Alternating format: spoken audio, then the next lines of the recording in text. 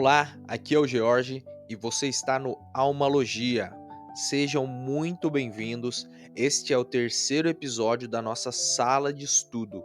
E hoje o tema é daqueles fascinantes e que está super em alta: a relação complexa entre a psicologia e a espiritualidade. Para ter uma ideia, o censo mais recente do IBGE de 2022 revelou que cerca de 89% dos brasileiros acreditam em Deus ou em um poder maior, o que confirma a prevalência da religiosidade no país, mesmo que entre aqueles que se declaram sem religião formal. Então, um tema é muito relevante. A gente vai mergulhar hoje em estudos acadêmicos brasileiros, revisões de literatura, teses, para entender um pouco melhor sobre como a espiritualidade e a religiosidade se conectam com a nossa saúde mental, bem-estar e até o processo na terapia mesmo.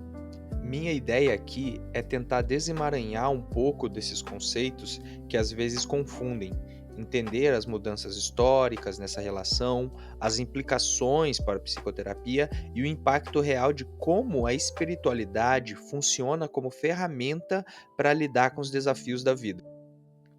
Começando pelo começo. Historicamente, essa relação da psicologia com a religião nunca foi muito tranquila. Se tinha muito pé atrás. Figuras importantes como Freud ou Charcot tinham visões mais críticas e muitas vezes associavam experiências religiosas mais intensas a neuroses ou enxergavam a religião como uma ilusão, uma defesa contra as agruras da vida, sabe?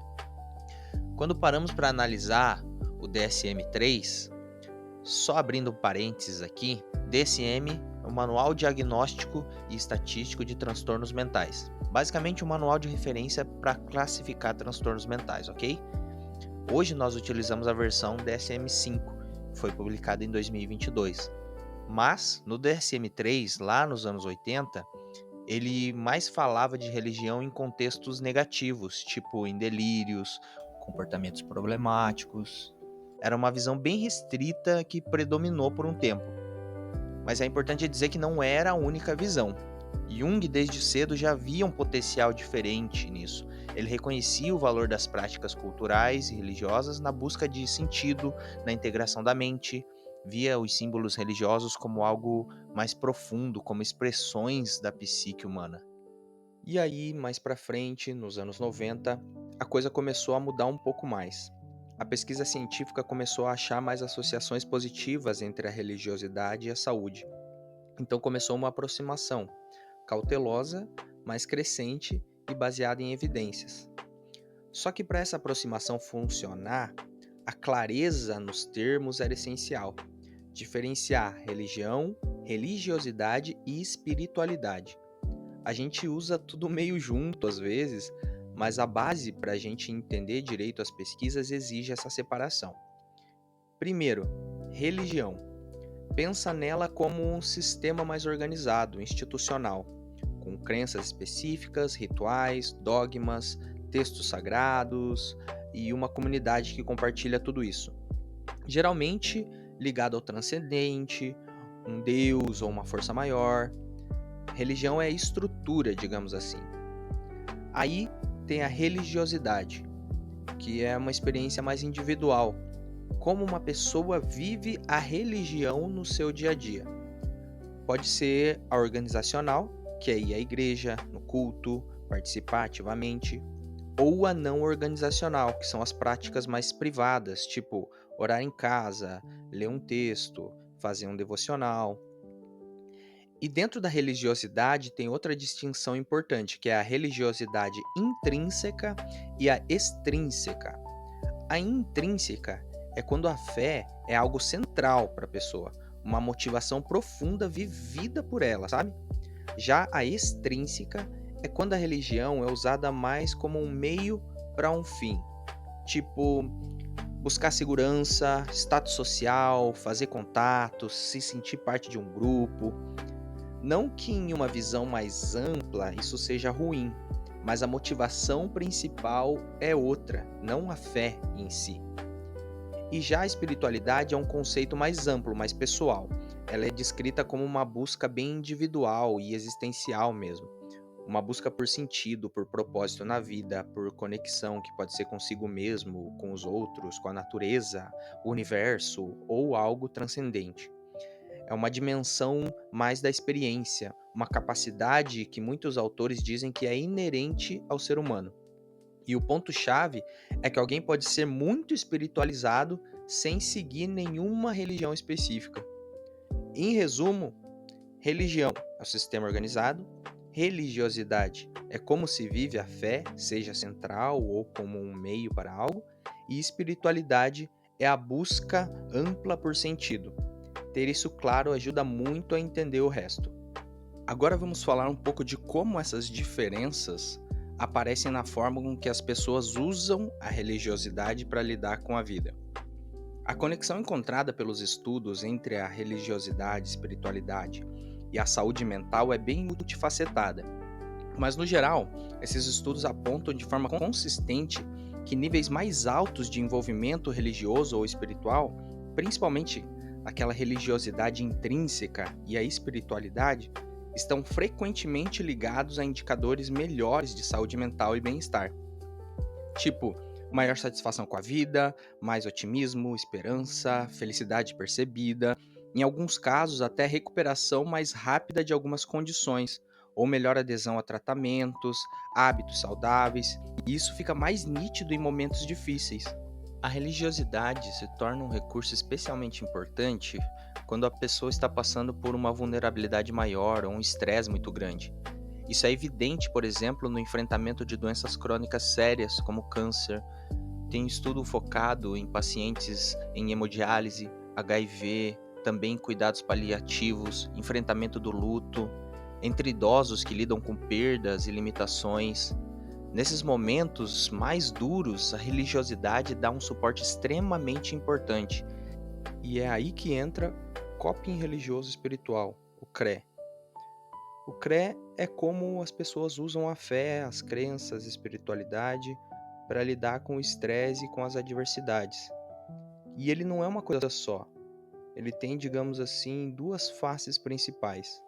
Tem a face positiva, que é quando a religiosidade ajuda a pessoa a achar conforto, achar um sentido para o sofrimento, ter esperança, perdoar.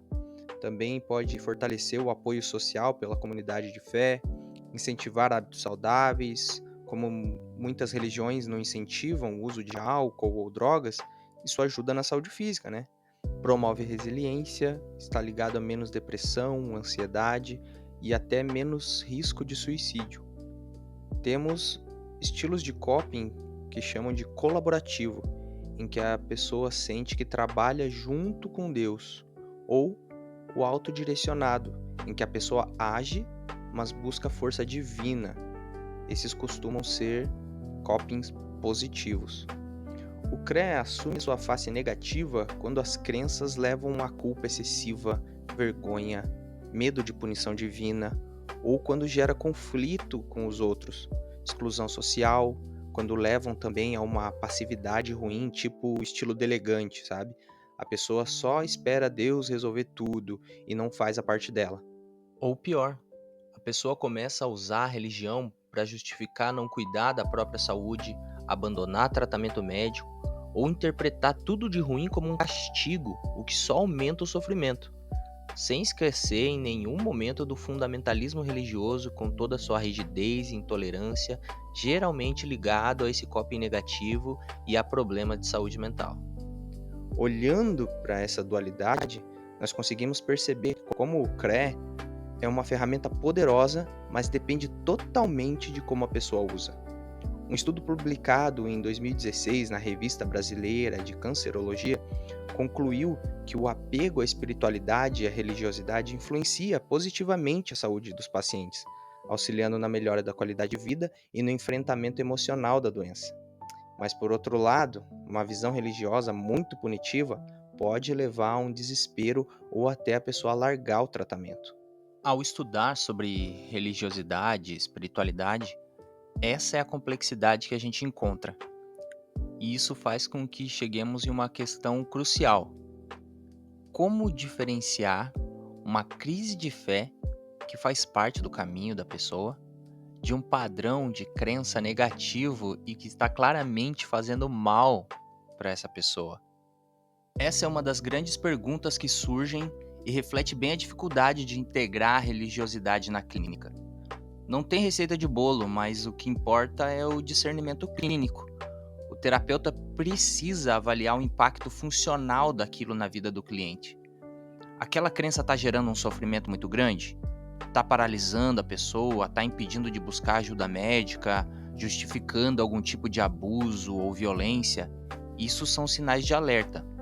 O foco é entender o significado e a função daquilo pro cliente, no contexto dele, e avaliar se está ajudando ou atrapalhando a saúde e a autonomia dele, sempre com muito respeito, mas sem fugir da responsabilidade profissional. Agora, lembrando lá do censo de 2022, que mostrou que 89% dos brasileiros se consideram religiosos, como é que a religiosidade entra no consultório? Como é que ela é abordada? Porque de todas as pesquisas, aparentemente existe um paradoxo, uma lacuna muito grande aí. Porque se de um lado a religiosidade é super relevante para a vida de muitas pessoas, seja como força ou como fonte de conflito, por outro lado, muitos psicólogos aqui no Brasil dizem não se sentir preparados para discutir sobre isso. Ficam inseguros, hesitam em tocar nesse assunto na clínica. Parece uma combinação de coisas. Primeiro, aquele legado histórico que a gente falou sobre a desconfiança inicial da psicologia com a religião. Isso parece ainda pesar um pouco na formação da identidade profissional de alguns. Segundo, e isso parece muito nas pesquisas brasileiras, é a falta de formação específica. A maioria dos estudos critica que o tema é pouco ou muito superficialmente abordado nas faculdades de psicologia aqui. Aí o profissional sai sem saber direito como manejar isso eticamente, não conhece ferramentas de avaliação, fica com medo de errar, de invadir um campo em que não domina. E terceiro, tem o receio de impor as próprias crenças, o que é uma preocupação super válida, dada a laicidade da profissão. O psicólogo quer manter a neutralidade, não misturar os valores dele com a terapia do cliente. Só que os próprios estudos mostraram que muitos pacientes queriam sim poder falar sobre fé, sobre dúvidas espirituais, na terapia, porque isso é parte deles, de como eles lidam com as coisas. Se o terapeuta evita o assunto, a pessoa pode se sentir incompreendida, como se parte dela não importasse, não fosse bem-vinda. E isso pode até atrapalhar a relação terapêutica. E esse é o paradoxo. A boa notícia é que o campo está avançando. Já existem diretrizes e recomendações de boas práticas, algumas internacionais, da APA, Associação Americana de Psicologia, que é uma organização científica e profissional dos Estados Unidos, mas que é amplamente utilizada como um padrão internacional de formatação de trabalhos acadêmicos, especialmente em psicologia e em outras ciências sociais. E também outras recomendações que vêm dos próprios estudos brasileiros, como os que eu utilizei aqui. A ideia não é transformar o psicólogo em conselheiro religioso, longe disso, mas integrar a dimensão da espiritualidade de forma ética e competente quando for relevante para o cliente. Eu quero citar aqui apenas 5 pontos-chave dessas recomendações que eu achei muito relevantes. Primeiro, acolher e respeitar. Isso é a base de tudo. Escutar sem julgar, validar a importância da religiosidade, da espiritualidade para o cliente, mesmo que o terapeuta não concorde ou não tenha crença nenhuma. O respeito à autonomia do cliente vai vir sempre em primeiro lugar. Segundo, avaliar a relevância. Investigar com cuidado, com abertura, qual é o papel da espiritualidade na vida da pessoa e no problema que ela trouxe. Traz força, traz conflito, traz dúvida. Um exemplo de ferramenta para fazer essa avaliação é o questionário FICA, que foi desenvolvido pela médica Cristina Puchalski em 1996 e é amplamente usado por profissionais de saúde como um método prático para a inclusão da espiritualidade no cuidado clínico, especialmente em doenças graves como câncer. Essa ferramenta ajuda a entender o papel da fé e da espiritualidade na saúde, bem como formar estratégias de suporte baseadas nas crenças do paciente. Esse nome, FICA, é um acrônimo que representa 4 domínios importantes para a avaliação da espiritualidade do paciente. O primeiro, o F, vem de faith, a fé, ou a crença espiritual do paciente. Avalia o que dá sentido na vida dele. O I, importance, avalia a importância da fé ou a espiritualidade na vida do paciente e como isso influencia o seu comportamento e suas decisões, especialmente diante de alguma doença. O C, community, avalia a comunidade espiritual ou religiosa de apoio que o paciente tem, como grupos de fé ou pessoas com crenças semelhantes. E o A, the address, avalia como o paciente gostaria que a sua espiritualidade fosse abordada pelo profissional. O questionário em si consiste em perguntas que exploram esses aspectos para orientar um cuidado mais integral e respeitoso, levando em conta as necessidades e crenças espirituais do paciente para melhorar seu bem-estar e qualidade de vida. No caso da psicoterapia, esse modelo de ferramenta ajuda a entender se o coping religioso está sendo positivo ou negativo. O terceiro ponto-chave dessas recomendações, além de acolher e respeitar e avaliar a relevância, é manter os limites éticos. O foco é sempre a experiência do cliente e o significado para ele. O psicólogo tem que ser neutro, não pode tentar converter ninguém, nem impor a sua visão. E, claro, ter discernimento para diferenciar a experiência espiritual de um sintoma psicopatológico. Quarto ponto-chave: utilizar a espiritualidade como um recurso, mas apenas quando for apropriado e positivo. Se ela é fonte de força, de valores bons para o cliente, o terapeuta pode ajudar ele a mobilizar isso, explorar como a fé traz esperança, como a oração ajuda a acalmar, como a comunidade de fé apoia, tudo isso sempre alinhado com os objetivos terapêuticos do cliente. E por último, mas não menos importante, em quinto ponto-chave, o autoconhecimento do terapeuta. Isso é fundamental. O psicólogo precisa conhecer as próprias crenças, valores e preconceitos sobre a religiosidade, para poder lidar com o tema sem misturar as coisas, mas com sensibilidade e ética. Algumas abordagens teóricas da psicologia, como a psicologia humanista, transpessoal e a logoterapia de Viktor Frankl, são mais abertas e interessadas na exploração da dimensão espiritual e da busca por sentido.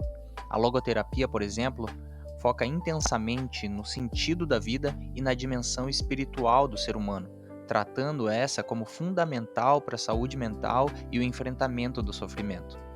Em contrapartida, abordagens mais tradicionais, como o behaviorismo radical, historicamente dão menos ênfase à espiritualidade, tratando-a de forma mais distante ou até crítica, pois focam em aspectos observáveis e comportamentais, desprezando dimensões subjetivas e espirituais. A psicanálise clássica também teve uma relação crítica ou distante da religiosidade, considerando-a por vezes como um tipo de resistência ao enfrentamento do conflito psíquico. Mas isso também está mudando. O importante é que o respeito e a consideração pela religiosidade do cliente podem e devem existir em qualquer abordagem. Sintetizando tudo que nós falamos hoje. Primeiro, ficou claro que religiosidade e espiritualidade são coisas distintas, mas que ambas têm uma influência enorme na vida e na saúde mental de muita gente, não só no Brasil, mas no mundo todo. Segundo, essa influência é complexa e pode ser uma fonte incrível de força, de bem-estar, de sentido, o chamado coping positivo, ou pode gerar conflito, culpa, até atrapalhar a saúde, o coping negativo. E terceiro, um alerta sobre essa distância preocupante entre a importância da religiosidade e espiritualidade para os clientes e o quanto os psicólogos estão dispostos e se sentem preparados para lidar com isso, principalmente por conta de questões históricas e falhas na formação aqui no Brasil. E para concluir, a mensagem que eu quero deixar aqui, amarrando tudo isso, para você que me escuta e já é psicólogo, ou que está, como eu, em formação, ou ainda que tem o desejo de ingressar nessa graduação, é te convidar a assumir um compromisso com uma prática psicológica mais integrada, humana e sensível. O conceito tradicionalmente conhecido como modelo biopsicossocial, que considera as dimensões biológica, psicológica e social da saúde do ser humano, já vem sendo ampliado por diversos autores e práticas contemporâneas da saúde que defendem a abordagem biopsicossocioespiritual como fundamental para um cuidado mais holístico e eficaz, principalmente em contextos onde a busca por sentido, o enfrentamento do sofrimento e a qualidade de vida são centrais, como nos casos que citamos de doenças crônicas e tratamentos oncológicos. Essa abordagem considera que a harmonia espiritual, a fé, os valores e o sentido da vida são aspectos relevantes para a saúde total do indivíduo.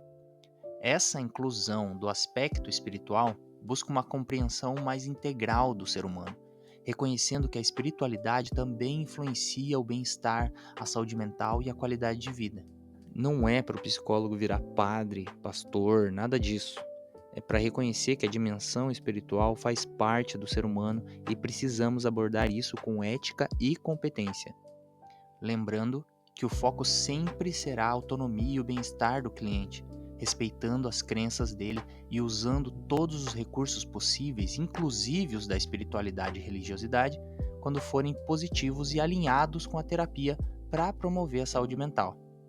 Temos uma necessidade real de mais pesquisa e de melhor formação de psicólogos nessa área, porque a questão agora não é mais se nós devemos abordar a religiosidade e a espiritualidade, mas sim como podemos fazer isso de uma forma saudável e que realmente ajude as pessoas não só a lidar com crises, mas a também atingirem um bem-estar integral. Muito obrigado a você que me acompanhou nessa nossa sala de estudo. O meu desejo é que tudo que conversamos aqui tenha agregado imensamente na sua vida. Até o nosso próximo episódio, um grande abraço, Deus abençoe.